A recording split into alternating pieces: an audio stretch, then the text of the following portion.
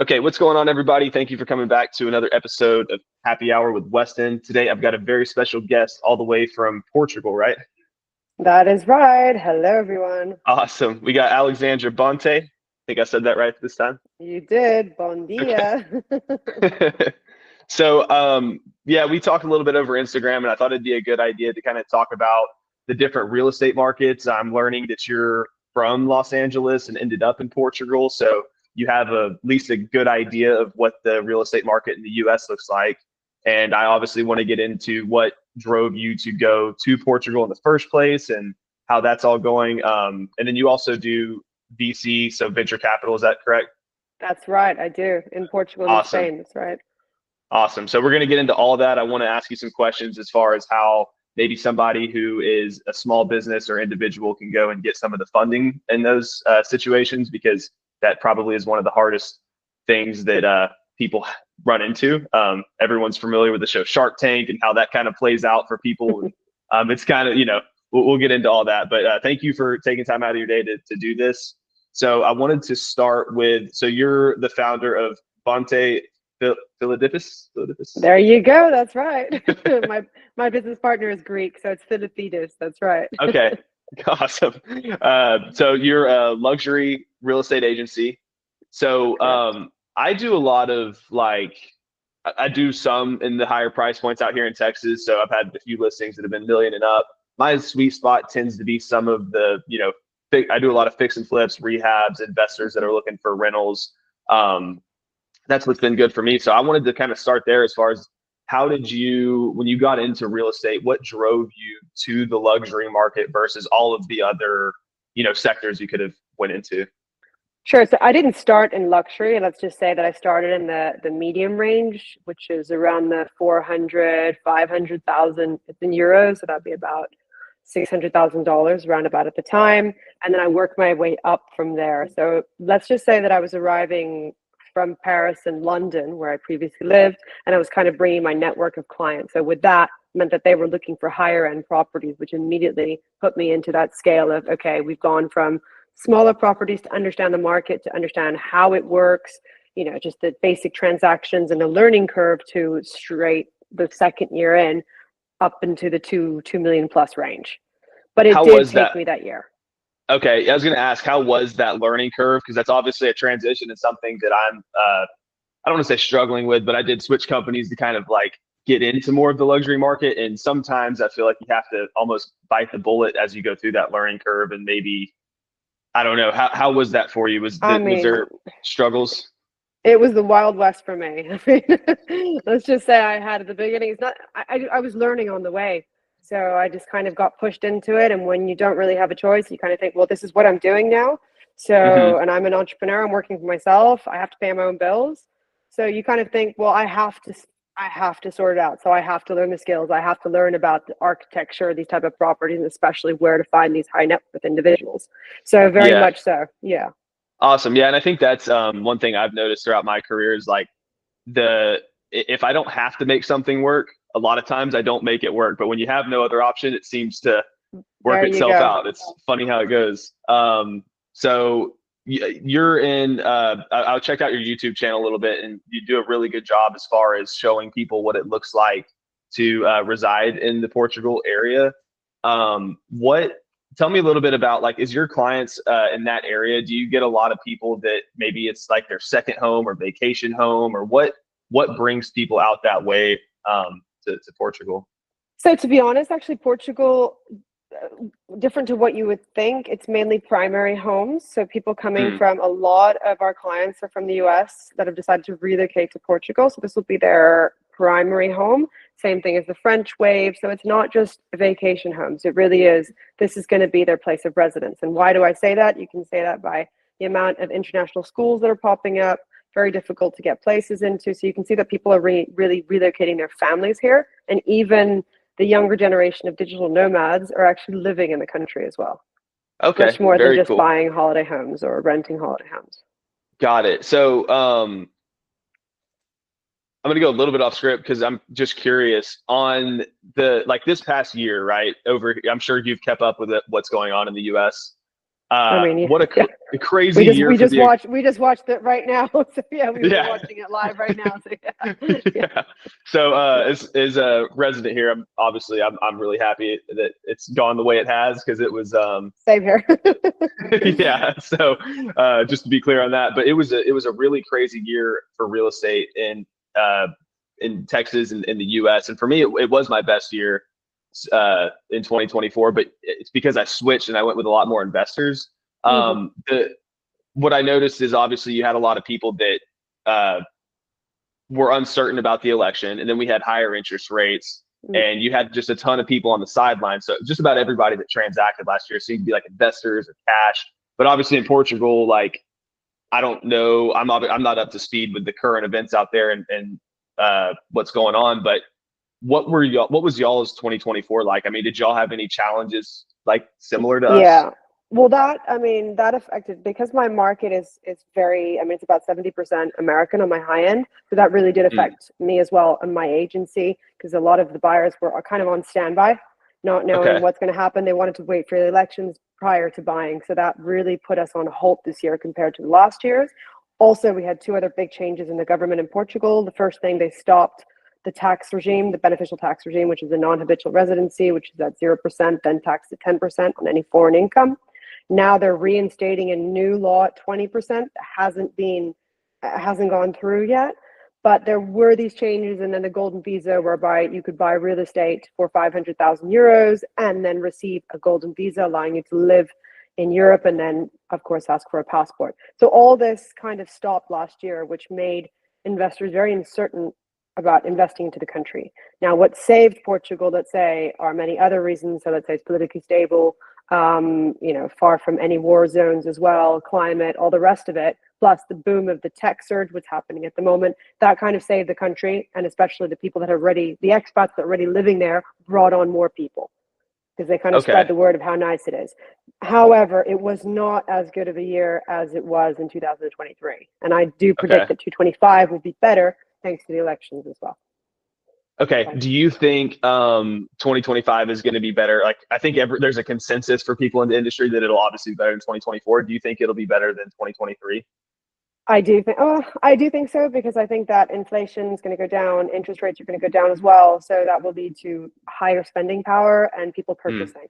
So I do believe Yeah. so. Yes. Yeah. Yeah. We noticed a huge surge in people coming back around to see, like, it was weird because as soon as the election happened, you could kind of tell people had there's like a little bit more confidence in the air. It's like, okay, Yeah. there's some hope.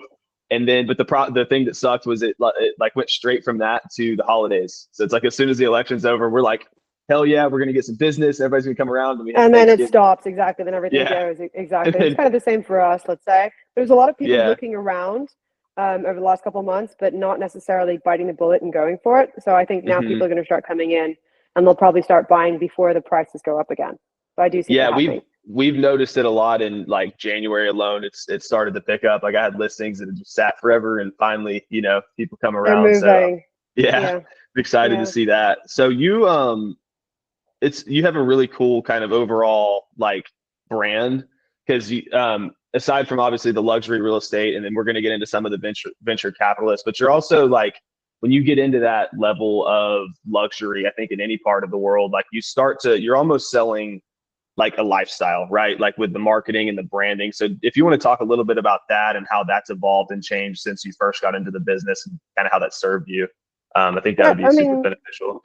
that's correct. So what happened is during COVID, especially, I had that downtime to kind of go over my marketing strategy and really think about what is going to differentiate me or differentiate my company to everyone else out there. So if we don't have any, the listings aren't moving, there's no buyers, nothing's happening, what can you do? You can get creative on the marketing side. And that's when I thought, if you're coming to Portugal, especially, and I'm an expat, what do I want? I mean, of course I want a pretty house, but if I don't know anything about the neighborhood, why would I buy in that area? What I want is a knowledgeable realtor that's going to show me where are the best places and why are they the best places. It's going to Mm, educate me about the market. It's going to educate me about taxes and all the rest of it. So I said, if I can do this and put this on a YouTube channel, for example, or on my social media, that is just access, is information that's there. And I become that go-to person that people will feel confident in. And if I'm giving information that to my knowledge is correct, and that's helped me, or people have told me, lawyers or anyone, why shouldn't I share that as well? And if I'm sharing that, then I'm giving the right information again, and I'm helping people in educating themselves about the market and ultimately making the right choice in their real estate investment. Sure. So what would you mind talking a little bit about before you went that direction with your marketing, what you were doing to get business? So before that, it was very much, I was on, before having the agency, let's say, I have 34 people in the agency at the moment. Oh wow. Before, yeah, before it was just myself and my business partner, pre-COVID. So it was just both of us as agents. So we were almost like freelance agents, obviously with the brand that we were growing and the branding behind it. But when you're just two of you, you have to focus on your clients and your leads and your listings and your Sure. essentially your buyers, right? What then gave us the time to grow the company was then growing the marketing behind it. And the marketing was especially our social media influence. That was the big part of it. And being rebranded, of course, into our names, opposed to One Stop Properties, what it used to be before. Okay. So you've said you have about 30 agents, 34 agents? That's right, 34. Yes. Okay.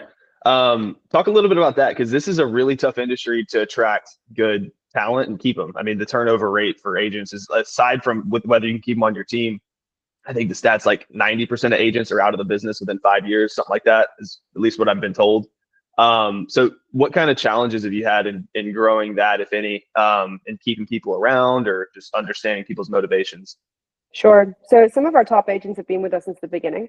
So I think the one key strategy that that differentiates us opposed to some other agencies is that we hired agents with no experience whatsoever in real estate. So we kind of look for talent based on their individual characteristics and unique personalities, and then train them based on that and based on our knowledge of real estate. So basically, we would mold our agents into versions of what we think would be great for selling, and then learn together, basically. So that we grew as a family. And when you grow as a family, that also leads to quite a lot of loyalty as well, because you're not just another big agency giving your rules, your way of doing things. We're learning together and we're growing as a team.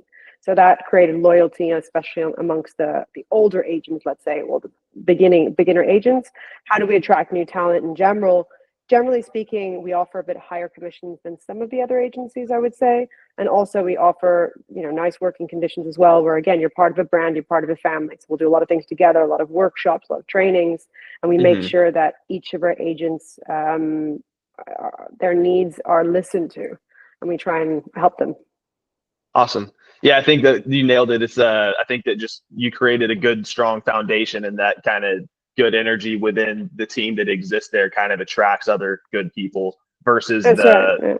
the EXP style where it's just like chase, chase, chase, chase, chase, and people do it for rev share and attract agents that don't even produce. Because I was at EXP for a while. That's a lot of right. that. So, but with that being said, just to go back to the challenges very quickly, yes, we've had agents that have gone and set up their own brands and set up their own agencies as well. A couple of them have, and it's been very difficult. What I always say, I'm for it. Go ahead, go ahead. But there's one thing being an agent under a brand, or just being an agent, and there's another thing at managing your own company. So I always say, you think it's easy, but if you're an agent and you're managing a company, good luck. Yeah, people. I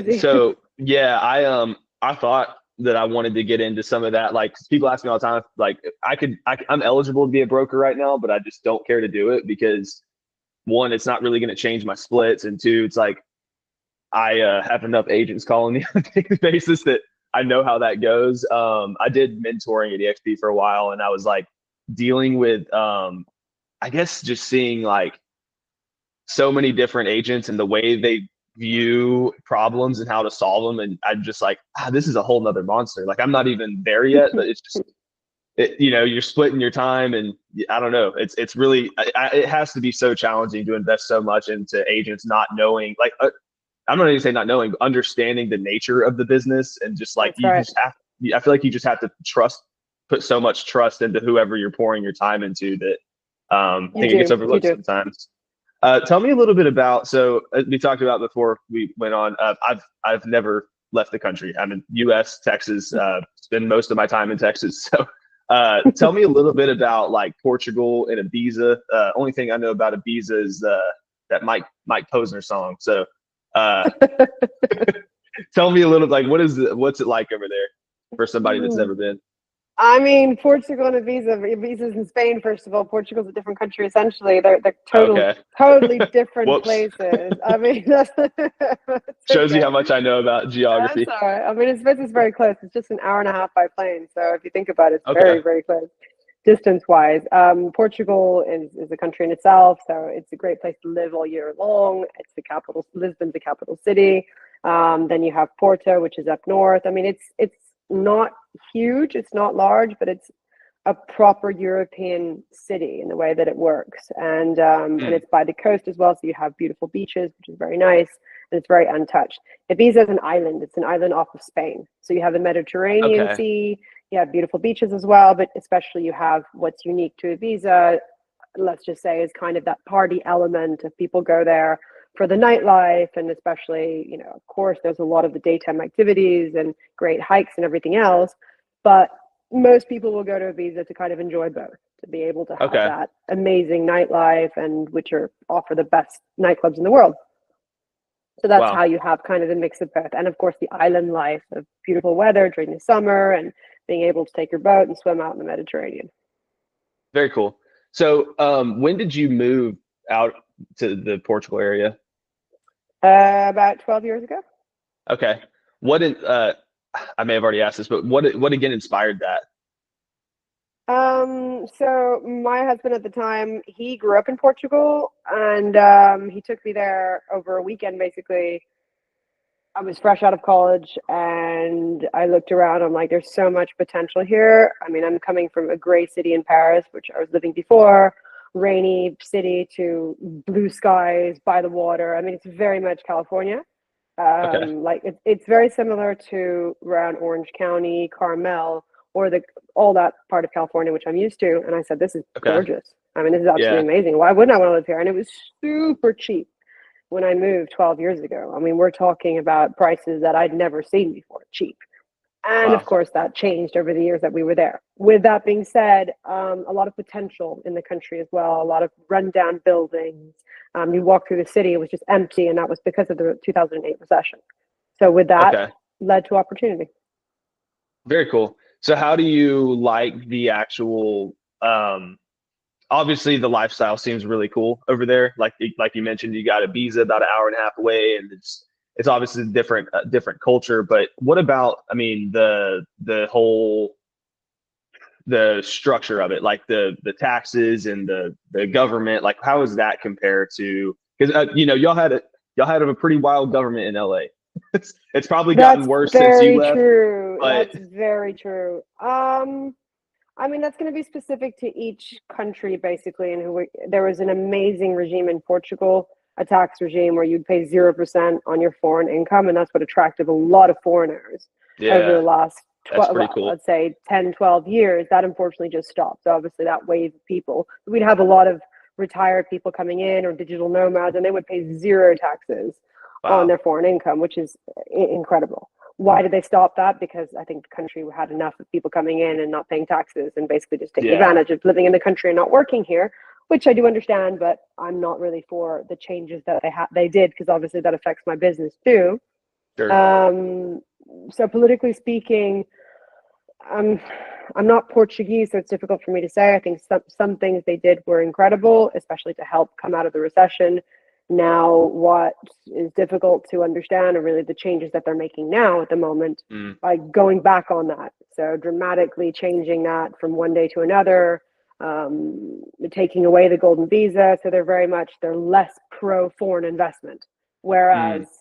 10 years ago, they came out of a recession and they needed it. Now it's like, well, we don't need it anymore, which is not true. The country's still in large deficit. So I think we could Yeah, benefit from it. man, I could imagine how that's probably a pretty polarizing topic out there, being that you It have is. like It is. everyone's affected so differently. I mean, I could see how somebody that's been a resident there, you have a bunch of people from out of the country coming and taking advantage, and you're like, well, And they're not even prices giving going up. taxes to our city, you know? There you go. So And the problem was the housing issue. So people that were living in the city or living in Portugal, different villages even, couldn't afford to live anymore, because a lot of yeah, people come in, buy properties for Airbnb, rent them out. So there mm, are no more properties available. Prices were too high. Rental prices went up. So there's a huge protest. So of course the government is going to protect their country, of course, right, and their people. sure. Yeah, So and I then for understand both sides of it, right? yeah, and then for yeah, because for people like you and who moved there for business benefit, is they advertised it to be. You're like, Right. wait, what? This is why we moved here. So Yes, that's exactly. very But you interesting. look at it from a Portuguese point of view and you think, well, yeah, okay, I kind of get that too. I understand. Yeah, If we can't even live here anymore, then it's not making sense. is that because one of my favorite books is Ray Dalio's Principles, and then he did a second one called Principles for Dealing with a Changing World Order. Hmm. And right now, you see a lot of those concepts because he talks about the downfall of a civilization typically comes from a combination of internal conflict with the country and external conflict. Hmm. What I'm getting at, I guess, is we have obviously a ton of internal conflict in the States, and nobody's on the same page. And if you disagree, it's like you're dead to me, and it's just this whole Yeah. weird dynamic. Do y'all have that same type of polarizing energy around that situation or any those topics in Portugal? Less, because you're dealing again in America, you're dealing with Americans in America, right? Or Yeah. different states against each other. In Portugal, you'll be dealing with the expats and the national Portuguese. So it's a little bit different. But not so So much that, no. is there almost like more empathy because people are like, I could at least see both sides. Like, whereas the States, we're like, we're both here. Like, what's the problem? That's Like, right. Yes. A okay, lot more empathy. A lot more. Yes. okay, yeah, that's Yeah. very interesting. Have you kept up with being from Los Angeles, any of the stuff that's going on with the fires out there? Of course, which is absolutely devastating. I mean, I can't It's even believe this is insane. happening. It's surreal. Yeah, I mean, it's so crazy. All the stuff that led up to it, and I watched some videos of it, and like it. Have you seen This Is the End, the yeah, of movie? course, yeah, yeah. It literally looked like that. It looked like a scene out of that movie, just the fire, like in the winds picking it up. I'm like, I've never seen anything like that. It's insane. It's devastating. I can't believe it hasn't been resolved. Like we were seeing this a week ago, and we're thinking, okay, this is only going to be a day, another day, and now it's kind of taken on its own. Yeah. Was any of that from like where you're from? Like, is that your home I base? mean, we're from Thousand Oaks, so roundabout. I mean, yeah, it Yeah. affected everywhere. So we don't have Yeah. property there anymore, but yeah, it affected everywhere. It affected a lot of my friends' Wow. homes as well. Oh man. People had to move out, and no, it's horrible what's happening. It's horrible. Yeah. It's terrible and yeah, just crazy. Well, I won't get in too much into it. We'll save that for another day, but had to ask. Tell me a little bit about your like I said, yeah, you got a really good YouTube channel. Tell me a little bit about like starting that and some of the strategies you've used to make that successful and maybe talk a little bit about like how that's been a pillar of your business. Sure. I think again, it's about giving key information and kind of getting my information out there. And one of the ways of getting information out there is through YouTube. It's probably the first thing that Mhm. you can do and where you're going to get the most leads. We've made sales through YouTube as well. And in the fact that not per showing of property on YouTube, but attracting people to come into Portugal and investing with us, or Spain, for example. It just starts by having fresh content and correct content. So if you're providing your audience with something that's informative, they'll keep on coming back for more and not just trying to Mhm. sell something. I think that's the key Yeah. difference between anyone trying to sell something or trying to help, which is essentially what we want. And that gives you higher Yeah. audience, of course, and ratings. Yeah. 100%. Just going into it with the mindset of like adding value to the end consumer versus trying to take value from them. That's a That's big right. mistake. I see Yeah. almost everyone in this industry where I'm from make is like, I'm gonna like I hear people in I'm in the office now, but in the office, and they'll say my strategy for 2025 is to do Instagram reels, or and then they'll go do Yeah. them, and then you look at them and they're like, it's just like vendor spotlight, or this is the event we're doing, or this is, and it's like Yeah. it's like out the gate at sales, and you just lose that engagement, and you're not connecting with the person. It's just like, hey, what's up? Can I have something? Hey, what's up? Can I have something? Versus like, check this out. This is going to help you, So I There think you that's a go. Yeah. really good strategy you're doing there. One thing Um, is showing something and showing what you want to be, or that's great as influencers. I have nothing against that, but you mhm, need to be giving something in a way. So, or you're 100%. creating imagination, or you're creating travel, or showing something, or you're giving information. That's right. Yeah, 100%. And I think there is, to piggyback on what you're saying, just like a balance between some posts and things you do are for branding and maintaining a certain image to your base. And then, in order for them to stick around, it's like, that's cool, but here's value, right? So There that's you a go. good, Exactly. yeah, Yeah, there's that's right. definitely a balance to it. So real estate and videos and like those are in my opinion, probably two of the most competitive like industries that are out there. Like everyone wants to do podcasts and everyone wants to do real estate. So tell me a little bit about like what you do to stay ahead of the competition and kind of stand out. It's a very good question, actually. I think it's, again, about engaging with my audience, finding out what are the new trends, what people are looking for, what they want to know about, and being kind of ahead of everyone else. Again, through information. If I'm going to do a podcast, I want to give something back. I want to be able to inform people, be like, oh, I didn't know that, for example. Or if I'm going to interview somebody, I want to interview somebody interesting that may have not been comfortable in front of a camera, but if I'm interviewing them, they open up, so it becomes a Q&A, and they're providing more interesting information than I would provide, because obviously they're experts at what they do. Sure. Whenever you moved to Portugal, like I've noticed this because I started doing real estate when I was in college out at Texas State, and then I moved back to the DFW area. So even within those two, it's like San Marcos people just on river time, very chill, like just ready to have a beer at noon and whatever, like everybody's chilling. You come up to Dallas and it's this like pretentious kind of like $30,000 millionaires, and like, it's everybody's like trying to be important and be somebody. What was it like to understand like that transition from LA to Port? I know you said there's a lot of similarities between the two. Yeah. But there's still like the lingo and like what did you do to expedite that learning curve? Because you seem sharp, like you obviously probably caught on pretty quickly. Like what were things that you did to kind of just immerse yourself into that culture? So I'll tell you something. I mean, not many people know this, but it was actually through horse riding.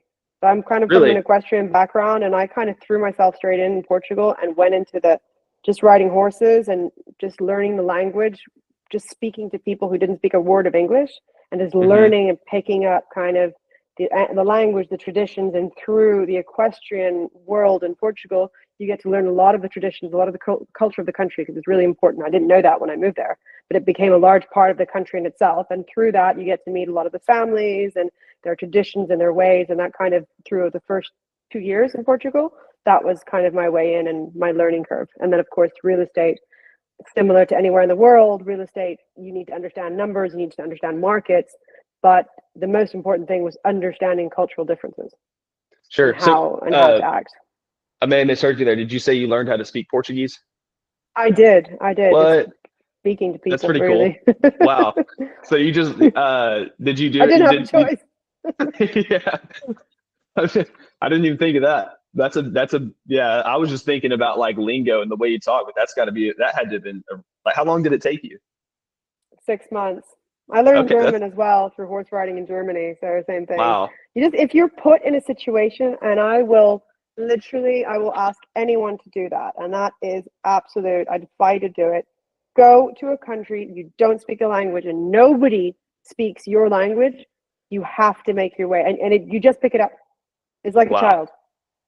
Wow. Really and truly, it does work. I think it's just too easy. Why a lot of the people that come to Portugal now don't pick up Portuguese is because there's so many expats, and it's just too easy. And because we're distracted with social media, with computers and everything else, and phones, we're distracted. I moved here. I'm not saying internet didn't exist. Of course it did, but it wasn't as influential as it is now, let's say. Yeah. So I spent much more time just speaking. Scale like it is now. Yeah. I was just communicating with people, and I had to. So basically. Yeah. It goes back to what we were talking about earlier. Like if you have no other choice, tend to figure it out, you know? There you go. Very cool. We can close this out pretty quickly. Just a couple more questions. As far as like 2025, what are you doing this year what are your intentions? How are you aiming to grow your business? Is there anything big you have planned for the year 2025?